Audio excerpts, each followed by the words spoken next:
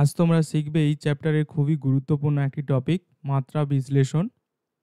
মূলত এই চ্যাপ্টারটা শুরু হয়েছে এই জায়গা থেকে। তোমাদের প্রশ্ন যাবতীয় যা কিছু আসবে এরপর থেকেই যে জিনিসগুলো আমরা শিখব একের পর এক, সেখান থেকে তোমরা প্রশ্ন পেয়ে যাবে।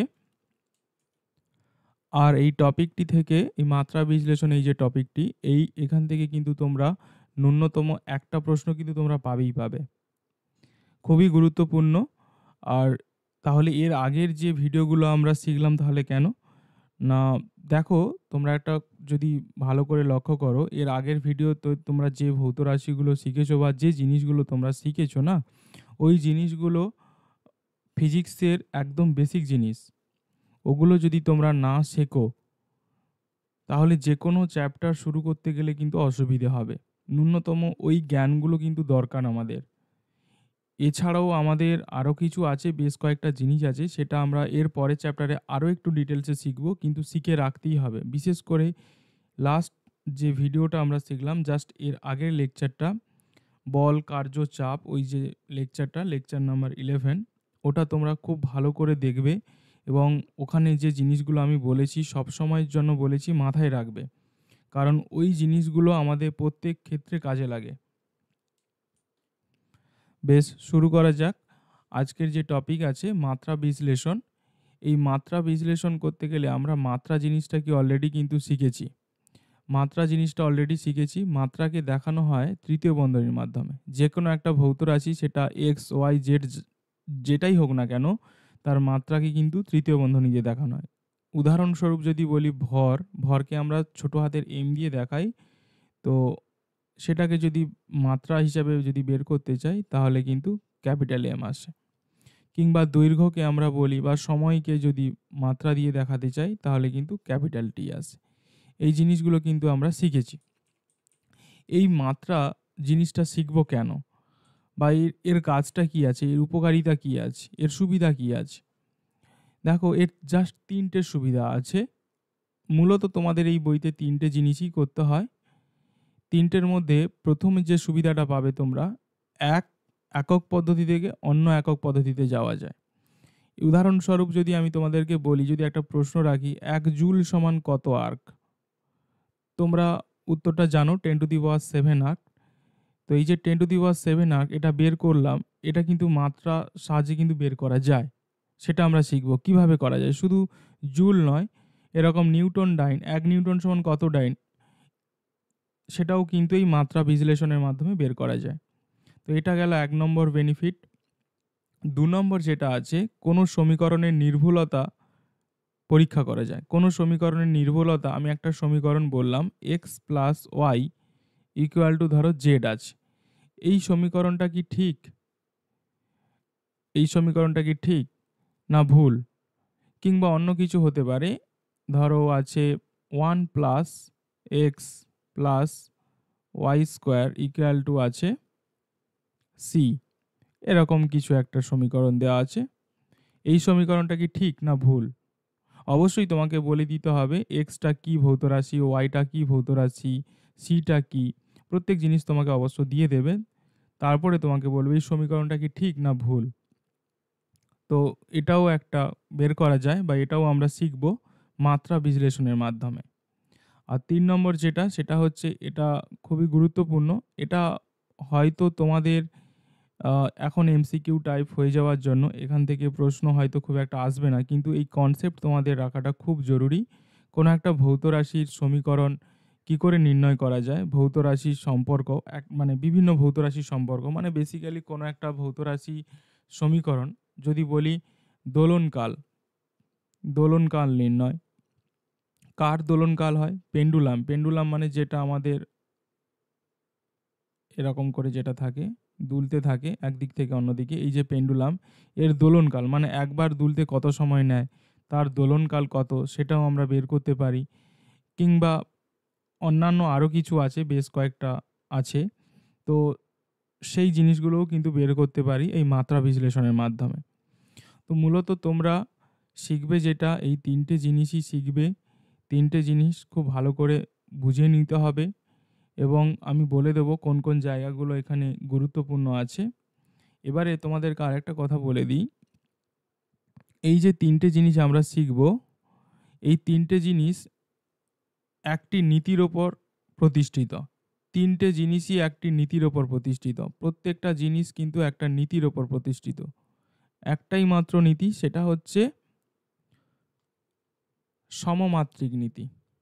সমমাত্রিক নীতি, এই মাত্রা বিশ্লেষণের একটা নীতি আছে, সেটাকে বলা হচ্ছে সমমাত্রিক নীতির ওপর প্রতিষ্ঠিত। এই তিনটে জিনিসই বা তিনটে সুবিধাই আমাদের এই নীতির ওপর প্রতিষ্ঠিত। এই নীতিটা আমি একটা জাস্ট উদাহরণের সাহায্যে তোমাদেরকে বুঝিয়ে দিই, তাহলে তোমরা বুঝে ফেলবে। ধরো আমি বলছি x plus Y minus Z, এই একটা আমাদের কি দেওয়া আছে, এইরকম একটা আমাদের রাশিমালা দেওয়া আছে। এই রাশিমালাতে খুব ভালো করে খেয়াল করবে, x যদি কেজিতে আসে, ওয়াইকেও কিন্তু কেজিতে আসতে হবে এবং জেডকেও কিন্তু কেজিতে আসতে হবে। কেন না, 5 কেজির সঙ্গে তুমি 5 কেজি যোগ করতে পারো, পরে আবার হয়তো 3 কেজি বিয়োগ করতে পারো।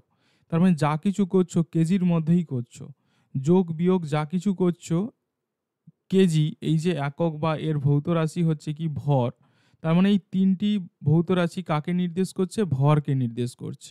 এটাও ভরকে নির্দেশ করছে, এটাও ভরকে নির্দেশ করছে, এটাও ভরকে নির্দেশ করছে। আদারওয়াইজ আমরা এই রাশিমালাটাকে সমাধান করতে পারবো না।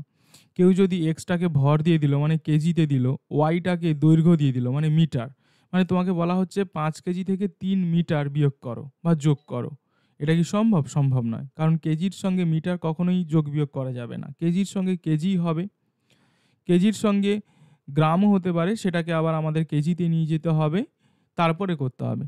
তার মানে আমি বলতে চাইছি এই যে এক্স ওয়াই জেড তিনটি ভৌত রাশি একই ধরনের হতে হবে, ভর ভর ভর। কোনো একটা যদি আলাদা হয়ে যায় তাহলে কিন্তু হবে না। এটাই হবে সমমাত্রিক নীতি, মানে তিনটের মাত্রা সেম হতে হবে। মানে এক্স এর মাত্রা হতে হবে ক্যাপিটাল এম মাস, ওয়াই এর মাত্রাও হতে হবে ক্যাপিটাল এম মাস, আর জেটের মাত্রাও হতে হবে ক্যাপিটাল এম মাস। জাস্ট এইখান থেকেই আমাদের প্রশ্নটা বেশি আসে, জাস্ট এই সেন্সটাকেই কাজে লাগিয়ে কিন্তু আমাদের প্রশ্ন, বেশিরভাগ প্রশ্ন এই জায়গাটা থেকে আসে, সেটা আমরা শিখব। আরেকটা উদাহরণ তোমাদেরকে বলি সমমাত্রিক নীতি, আরেকটা উদাহরণ, খুবই গুরুত্বপূর্ণ উদাহরণ। ধরো আমাদের একটা রাশিমালা দিয়েছি 1 plus X plus X square plus কি এক্স কিউব, এরকম একটা রাশিমালা দিয়েছে। খুব ভালো করে লক্ষ্য করো, এক তো ধ্রুবক রাশি, এক কোনো ভৌত রাশি নয়, এক একটা সংখ্যা, কোনো ভৌত রাশি নয়। তাহলে এটার কথা ছেড়ে দিলাম। এক্স তাহলে কি হবে?